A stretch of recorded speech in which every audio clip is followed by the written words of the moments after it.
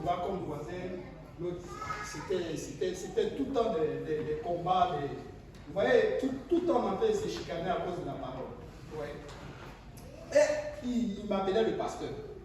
Donc, la fille, quand elle a fait son entrée, elle m'a vu. Elle est venue, elle a commencé à expliquer son histoire. Bon. Elle est musulmane, mais là, elle ne veut plus devenir musulmane. Donc, elle a pris la décision de ne plus être musulmane. Bon, moi, ça m'a tiqué un peu. Les musulmans que je connais, un coup comme ça, tu décides que tu ne veux plus être musulman. Mais quand je regarde ton attitude aussi, ça ne reflète pas quelqu'un qui veut mener ce combat. Vous savez, quand quelqu'un te donne, qui vient te dire quelque chose, tu me regardes et puis tu peux savoir s'il est capable de mener ce combat. Non. Et je lui ai dit, mais pourquoi?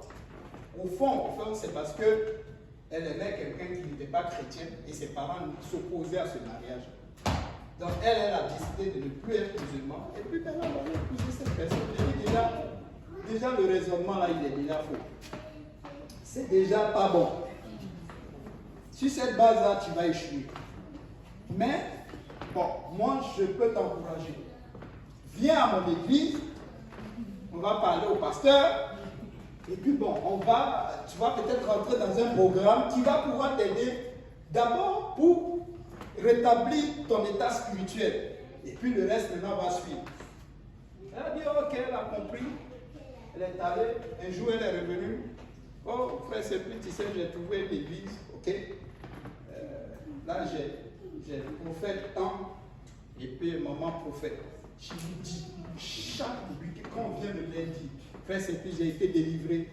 Frère, c'est plus, j'ai été délivré. Le week-end, c'était des combats spirituels, de ceci, de cela. Oh mon Dieu, j'ai dit, bon, dans mon cœur là-bas, il disait, voilà, je te dis, ça, ce combat, tu ne pourras pas en sortir. Hey, je connais bien les musulmans. Ils ne vont pas te laisser aller cet esprit-là, avec ce jeu-là. Non, là-bas on ne joue pas, c'est radical. Soit tu es avec eux, ou soit tu tranches. Non, tu ne laisses rien traîner.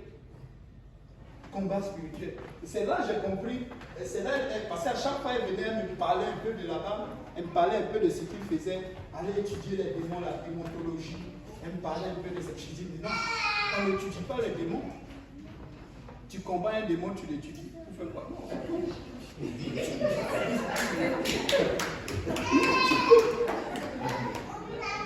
Souvent les gens oublient, hein, le combat spirituel, c'est une vérité.